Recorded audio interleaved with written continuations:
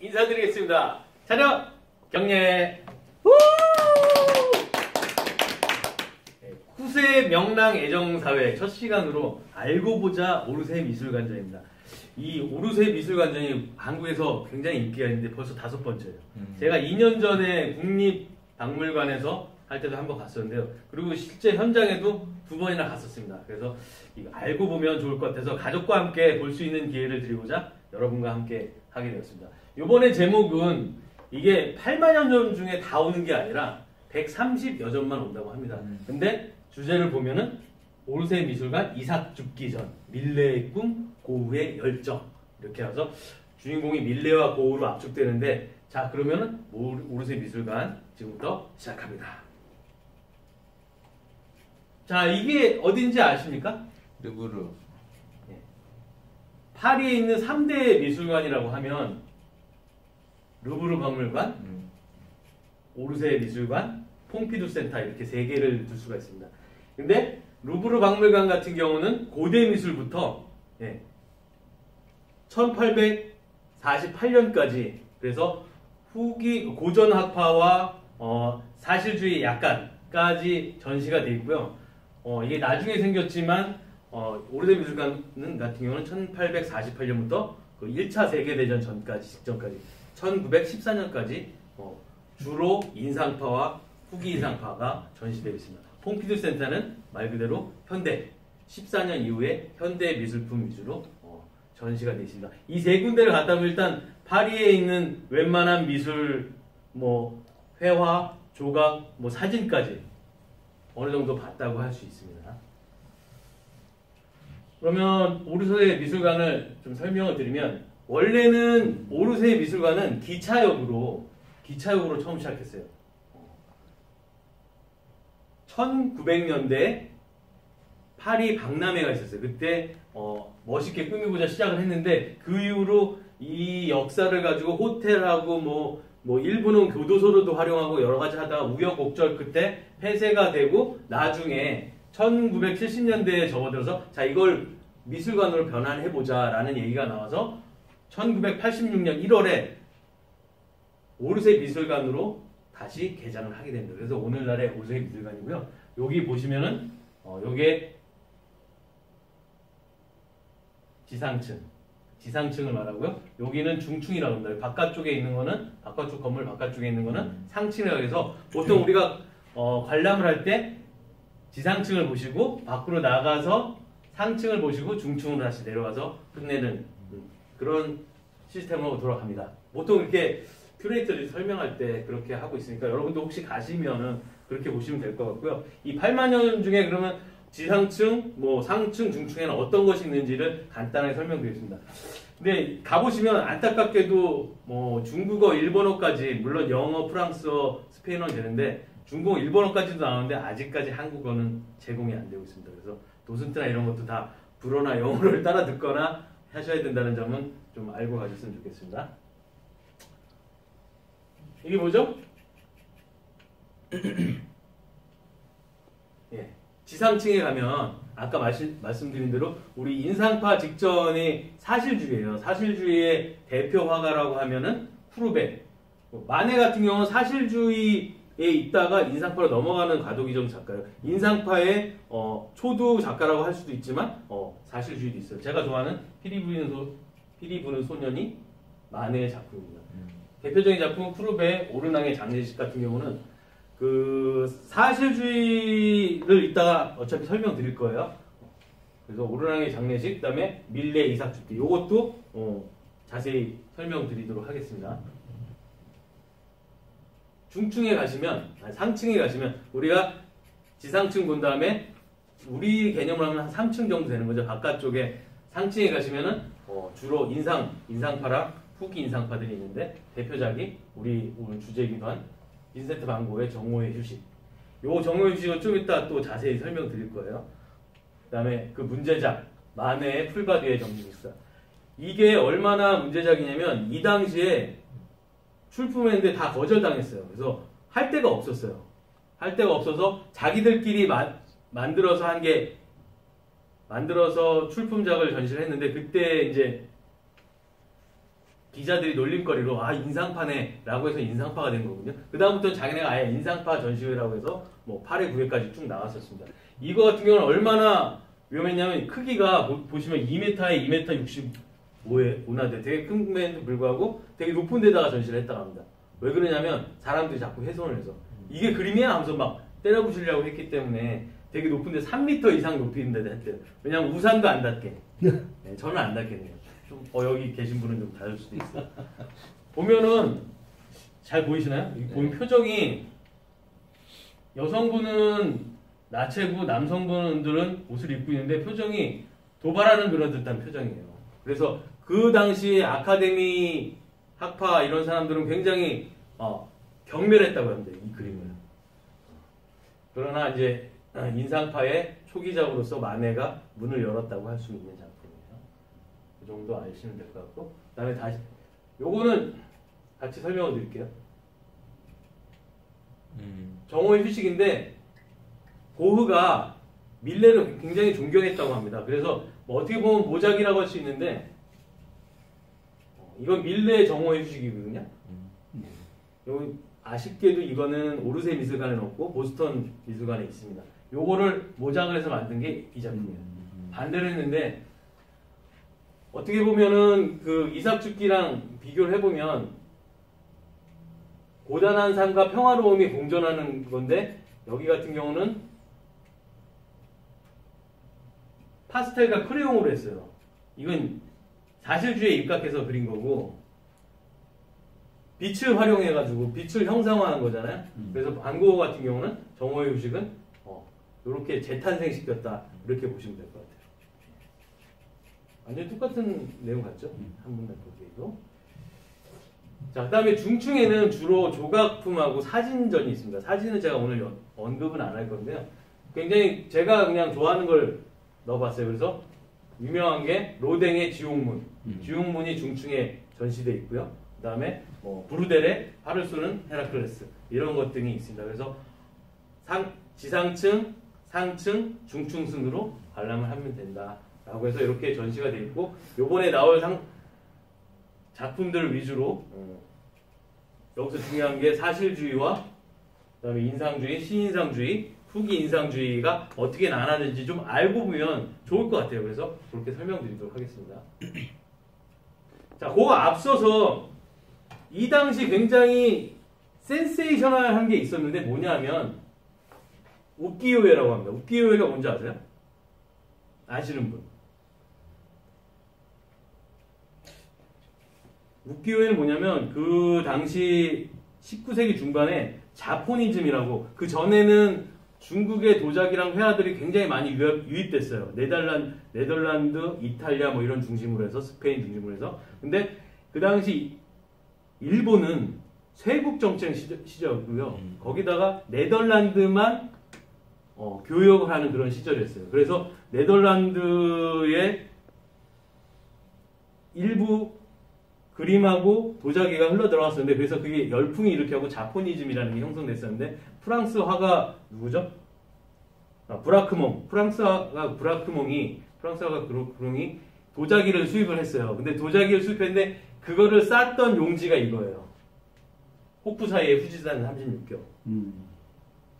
깜짝 놀라는 거죠. 도자기보다 이게 더 소중해 보이는 거예요. 그래서 이거를 소개시켜 주면서 그 당시에 일본 우키요에가 유행이 된 거예요. 포장지로 쓰이던 거예요. 그래서 이거 같은 경우는 리비에라라는 사람이 에펠탑 36경을 그렸는데 이걸 따라한 게 히로시게라는 작가의 명소의 에도 백경. 그때 당시 수도였겠죠. 에도 백경 따라한 거고. 까미오 클로델 아시죠? 로댕의 연인이었잖아요. 그 사람이 만든 조각도 호쿠사이의 후시산 36경 중에서 가나가와 앞바다의 파도 요거를 가지고 모작을 한 거죠. 그래서 당시 프랑스 판화에 굉장한 영향을 줬다. 그래서 그 인상파 초기에 어떤 영향을 준 사조가 있다라고 하면은 일본에 이런 사조가 있었다라는 걸 좀 기억하면 좋을 것 같고요. 특히 모네 같은 경우는 집안에 일본식 장식이라든가 도자기라든가 이런 걸 굉장히 많이 갖다 놨다고 해요. 이거 같은 경우는 그 집 내부에 있는 정원에 있는 일본식 다리예요. 그걸 자기가 그린 겁니다. 그래서 모네의 일본식 다리라고 아직도 남아있고요. 이게 오르세 미술관에 있습니다. 이번에 오는지는 잘 모르겠어요. 제가 거기까지는 전체를 보여주진 않고 있더라고요. 그래서 이런 것도 있다라고. 왜 그려졌는지를 알면은 좀 좋잖아요. 아, 모네가 왜 이런 다리를 그렸을까? 그죠? 우키요의 영향을 받은 인상파 작가의 하나다. 이렇게 아시면 될 것 같습니다. 재밌죠? 네. 자, 그러면 하나씩 다뤄볼게요. 리얼리즘. 사실주의는 그 실존하는 현재를 가감이나 역설이나 이런 거 변증 없이 그대로 표현하려고 했던 그런 학파의 하나예요. 그래서 사실주의를 보시면 여기에는 푸르베가 대표적인 작가고요. 여기 보시다시피 오르낭의 장례식단과 돌을 깨는 사람 뭐 이런 작품들이 있어요. 그 다음에 밀레,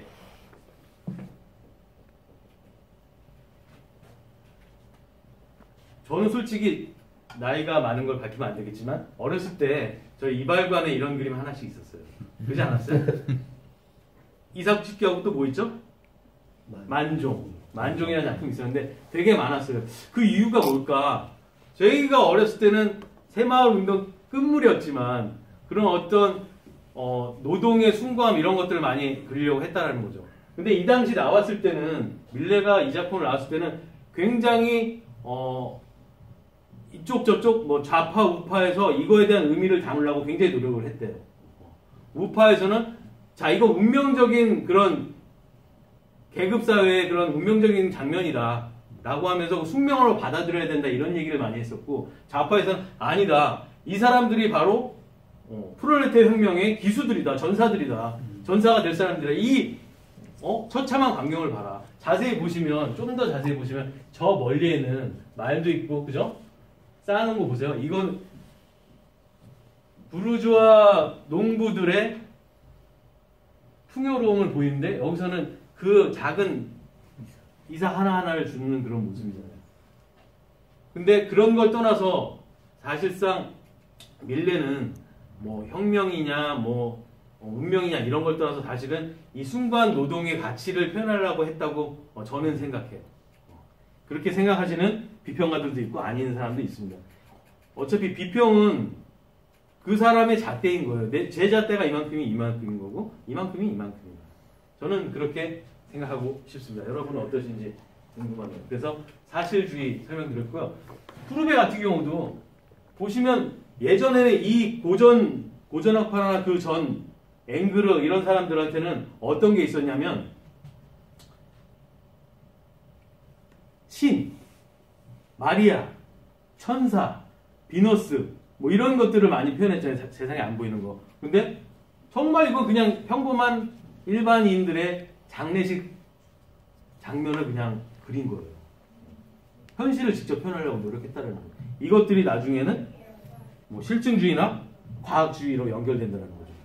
이런 얘기가 있어요. 그 쿠르베가 앵그르하고 고전학파의 대표 기수 앵그르하고 천사 논쟁이 있었어요. 천사 논쟁이 뭐냐면 사실 그림은 사람을 그려서 뭐하냐, 천사 같은 걸 그리고 우리의 신적인 존재를 그려야 되는 게 그림이지 이렇게 얘기하니까 쿠르베가 뭐라 하냐면 나에게 천사를 보여주면 난 천사를 그릴 수 있다. 그 한마디로 그 논쟁을 종결시켰다는 얘기가 있어요. 그래서 그게 천사 논쟁이고 그래서 사실주의가 시작되는 겁니다. 자, 그 다음에 이거 뭐죠? 해돋이 모네. 그죠? 제가 좋아하는 드가의 무대 위의 무희. 인상주의, 임프레셔니즘. 이 인상주의는 빛으로 찰나를 그리고자 노력했던 학파예요. 이게 왜 그렇게 나왔냐면 그 당시 사진기라는 게 발명이 됐어요.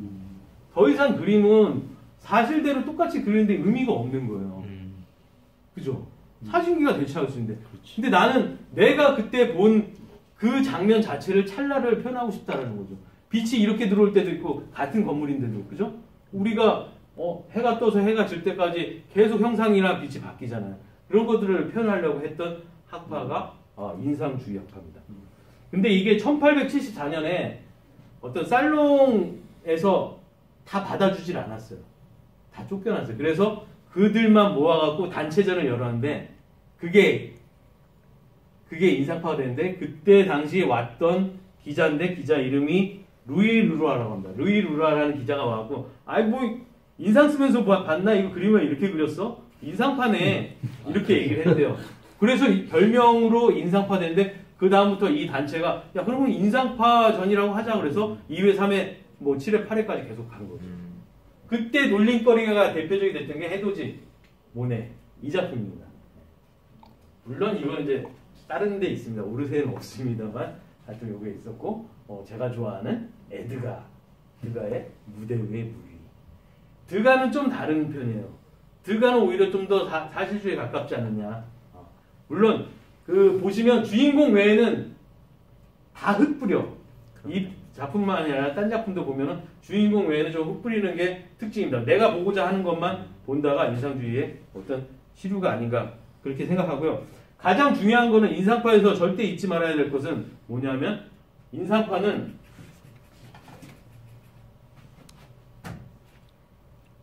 뭐죠?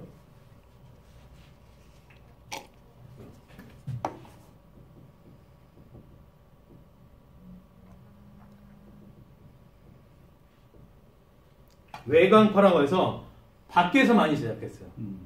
그 전까지는 실내에서 다 정물이니 인물이니 이런 것들을 그렸잖아요. 아, 야외. 근데 밖으로 나갈 수 있었던 계기가 된 게 뭐 특별한 발명이 있었습니다. 뭘까요? 특별한 발명이 있었어요. 캠퍼스. 물감 맞는데 투비형 물감이 개발된 거예요. 옛날에 팔레트에다가 앉혀갖고 나가면 다 마르거나 막 그랬어요. 투비형이 개발되면서 밖에서 자유자재로 그릴 수가 있어요. 인상파에 가장 도움을 줬던 게 투비형 물감이다. 이런 거 하나 알아두면 좋을 것 같아요. 뭐 지식 자랑하자고 하는 건 아니고 알면 좋잖아요. 그죠? 재밌어요. 투세입니다. 자, 신인상주의 나왔는데 여기서 이제 간단하게 알아야 될 게 신이라고 하면 네오 임프레셔니즘 그 다음에 후기는 포스트라고 합니다. 이거 뜻은 아시겠죠? 신자 들어간 네오는 그대로 계승을 하는 거예요. 선배 후배 하듯이 계승을 하는 거. 포스트는 뛰어넘는 거죠. 이 전의 인상파의 어떤 기술적 역량과 뭐 시각적 차이가 이런 걸 뛰어넘는 거예요. 그래서 다르게 보고 있습니다. 다르게 보고 있어. 근데 신인상파의 대표 주자 하면은 쉐러라든가 폴 진약 이런 사람들이 있는데 이게 나오게 된 계기가 그 아까 인상파가 2회부터는 인상파로 아예 해서 쭉 이어왔다고 했잖아요. 8회에 이 그림이 나와서 아주 조르주 세라의 그랑자트 섬의 일요일 오후 이 그림이 나오면서 아주 파란을 일으킵니다. 파란을. 이게 지금까지와 어떻게 다르냐? 두 가지가 굉장히 대형 그림이에요. 여기도 보면 2m, 3m. 그죠? 작지가 않습니다. 이것도 작아 보이는데 F10 2m에 1m 30이에요. 대형화가 됐다. 그리고 중요한 게 있는 게 점묘법을 씁니다. 점묘법. 그래서 다른 말로 점묘파라고도 합니다. 이거 자세히 확대해서 보면 다 점이에요. 근데 여기에서 알아야 될 게 점묘법의 특징이 뭐냐면 색이 있고 빛이 있죠. 그죠? 인상주의가 뭐라고 했어요? 빛으로 찰나의 순간을 담으려고 노력했다고 그랬잖아요. 근데 빛은 합쳐지면 어떻게 되죠? 무슨 색이 되죠? 빨간색, 파란색, 뭐 노란색, 파란색 다 합치면 무슨 색이 되죠? 빛은 흰색이 되죠. 흰색이라보다 없는 거죠. 무광이죠. 무색. 색은 어때요? 빨간색, 파란색 다 섞으면 무슨 색이 나와요? 검은색이 나오죠. 어떻게 그려? 어떻게 그려? 고민하는 거예요. 섞으면 이렇게 넣으면 어떻게 할까? 이 나온 게 점으로 찍는 거예요. 내가 빨간색 점을 빨간색 진짜 찍어봐. 지금 이건 그냥 그렇다고 생각하세요. 빨간색 점을 쭉 찍고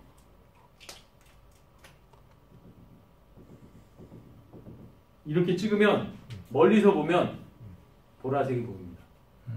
음. 노란색을 찍으면 주황색이 보이고 그러는 겁니다. 그게 정묘법이에요. 이렇게 발전을 한 거예요. 어?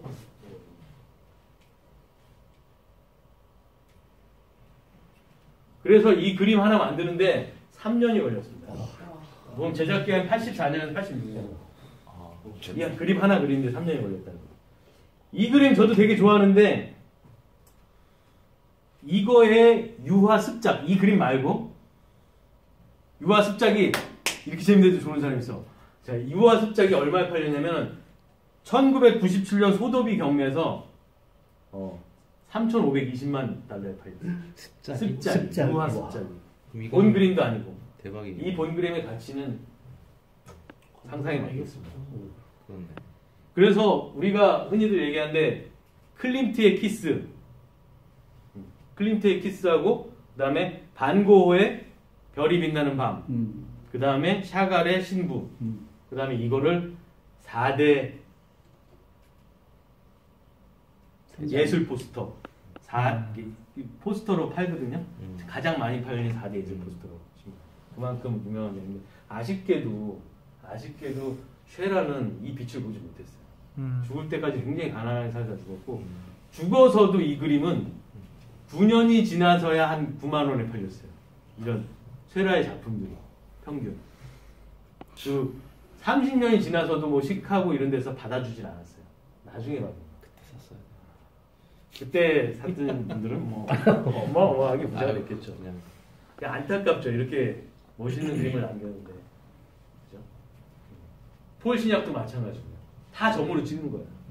그래서 우리 신인상주의는 점묘파다. 그거 하나 기억해 주시면 좋을 것 같고요.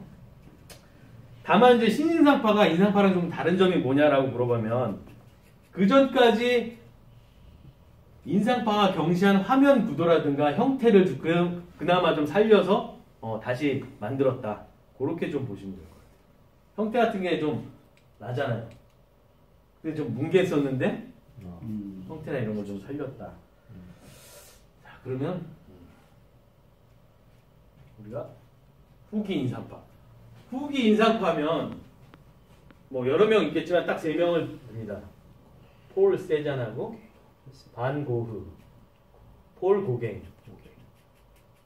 이 3명인데 이게 되게 웃긴 게 이 후기 인상파라는 거는 어떻게 명명이 됐을까요?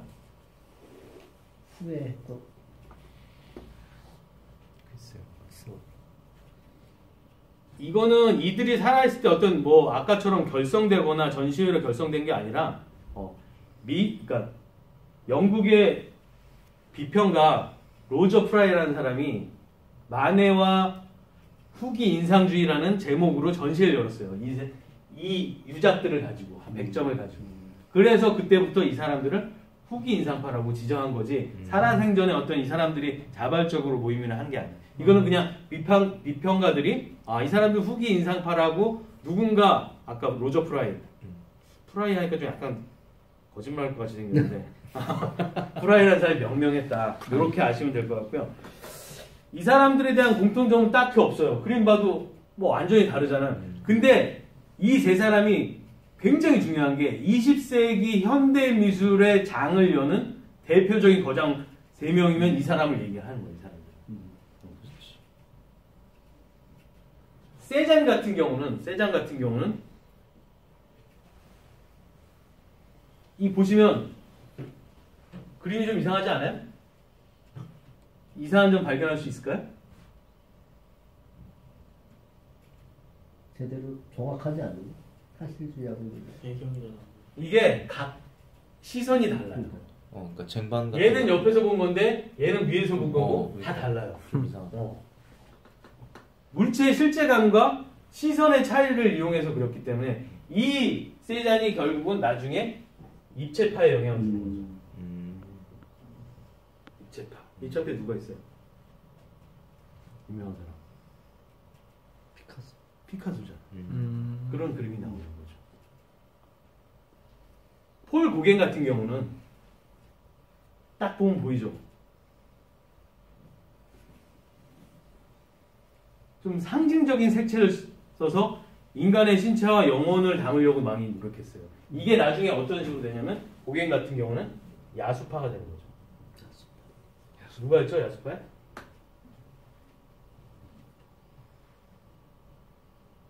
마티스 이런 분들이 있죠. 마티즈가 야수파. 고우만 갖고도 몇 시간을 논할 수 있는 굉장히 많은데 그냥 제가 좋아하는 그림 저는 한때 핸드폰에도 배경화면에 썼던 별이 빛나는 밤 완전히 미쳤을 때의 그림입니다. 아까 정호의 유식? 네. 정호유지. 그거 같은 경우는 그나마 멀쩡할 때 그린 거예요. 이건 완전히 딱 봐도 미친놈 같잖아. 별이 막 휘돌아가나. 그죠? 이게 뭐 같아 이게? 난 뭔지도 모르겠어. 사진 찍고 있는 사람 머리가 흩날리는 건가? 바람에? 나무 같기도 하고 그런데 하여튼 되게 격한 감정을 표현하고 막 이런 것들이 있었어요. 이 사람. 그래서 이것들을 결국 20세기의 표현주의로 영향을 줬다는 거죠. 그래서 이 세 사람은 후기 인상파라고 묶어서 우리가 알고 있는 거죠. 여기까지만 해도 어느 정도 인상파에 대해서 어느 정도 알 수 있고요. 제가 아까 말씀드린 대로 다술주의는 프루베, 인상주의는 외강파다. 투비형 물감이 개발되면서 밖으로 나갈 수 있게 되었다. 그다음에 신인상주의 같은 경우는 전묘파다. 전묘파.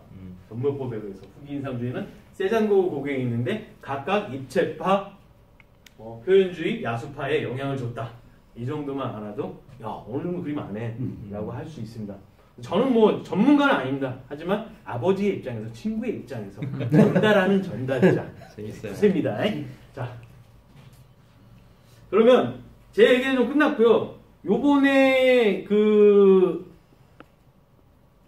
전시회를 하면서 뉴스컬처라는 데에서 여기에 대해서 잠깐 설명을 했어요. 그래서 요게 괜찮은 것 같아서 제가 쭉 해드립니다. 요번에 나온 작품들은 데센 작품들도 꽤 있대요. 데센 같은 경우는 한번 공개에 접촉됐다가 하면은 작품 처리해서 다시 집어넣어야 되기 때문에 자주 올 수가 없대요. 그래서 굉장히 이례적이다. 한국인들의 되게 열렬한 한우와 이런 게 있기 때문에 벌써 5번째나 오면서도 이런 거 들어옵니다. 그래서 한번 요번에 가면은 언제 다시 볼 수 있을지 모른다. 그래서 꼭 봐야 된다. 라는 얘기를 덧붙이는 거고요. 제가 한 얘기가 아니에요. 미술관장 키조 주발이라는 사람이 하신 얘기예요. 관람의 이유.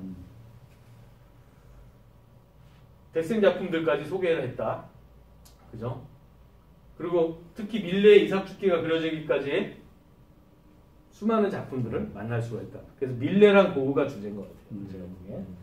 그래서 저도 데센 작품에 이렇게 관심이 없었는데 요번에 한번 좀 관심을 갖고 보게 된 것 같습니다. 쿠르베, 폴 세잔, 모네, 반 고흐 130여 점 아까 제가 설명드린 대로 사실주의, 인상주의, 신인상주의, 후기인상주의까지 해서 130여 점 주목한 작품들을 내놨다. 이삭축기 뭐 걸작이라고 꼽히는데 제가 아까 말씀드렸듯이 녹록지 않는 농민의 삶을 했지만 숭고한 의미가 담겨져 있다. 그런 의미로 저는 받아들인다라고 설명을 드렸고요. 증권거래의 초상인데 요 가운데 사람이 메이예요. 누가 이거 이렇게 그려놨네? 메이. 뭐지? 이거 누가 볼펜으로 그리고 한 거 아닐까요? 메이인데 나머지 사람은 뭉갰죠. 얼굴이 안 보이죠. 이거 뭐야? 뭐 원숭이야 뭐야? 그죠? 중심 모델에만 집중하는. 거기만 중심으로 했다고 하는 화살표 같아요. 그렇죠. 그러겠죠. 누가 그리진 않겠죠. 그래서 새로운 초상화 기법을 드가가 했다. 드가 같은 경우는 인상주의인 것 같으면서도 되게 역동적이에요. 무의 같은 건 굉장히 역동적이고, 그죠? 이것도 드가네요. 드가가 많이 나와요. 이거는 그림이 아니라 부채 위에다가 실크를 덧대서 실크 페인팅으로 한 기법인데 그 당시만 해도 굉장히 새로운 기법이었던 것 같아요. 그래서 이런 것들 같은 경우는 천이나 이런 데 하는 건 특히 더 빛이나 이런 거 공기의 접촉에 굉장히 취약함에도 불구하고 우리나라까지 왔으니 여러분 꼭 보십시오 라고 그 미술관장이 얘기하는 것 같습니다.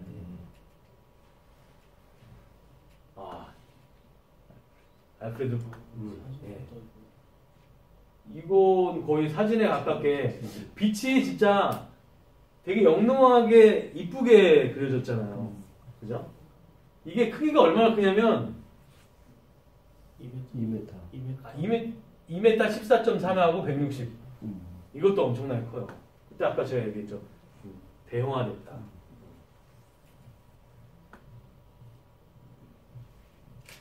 여기 보면 되게 웃기는 내용인데 그림이 호평받자 이 그림 속에 여주인공이 유명세를 탔다고 합니다. 지금도 사진 뭐 하나 잘 찍으면은 그때 뭐 괴물에서 나오는 이어폰요 뭐 이런 것처럼 뜰 수도 있는 거예요. 그죠?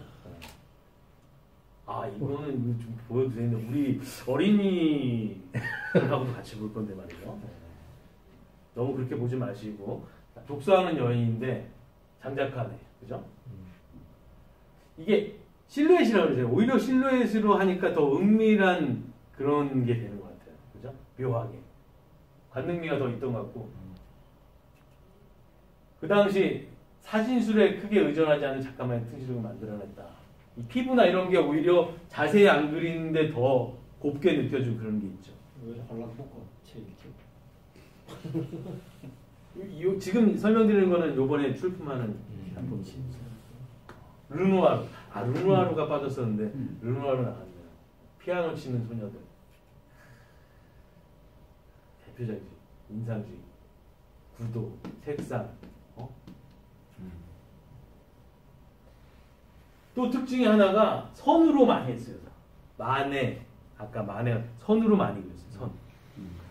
시는 점으로 많이 그렸는데 끊임없는 선으로 그렸다는 거죠.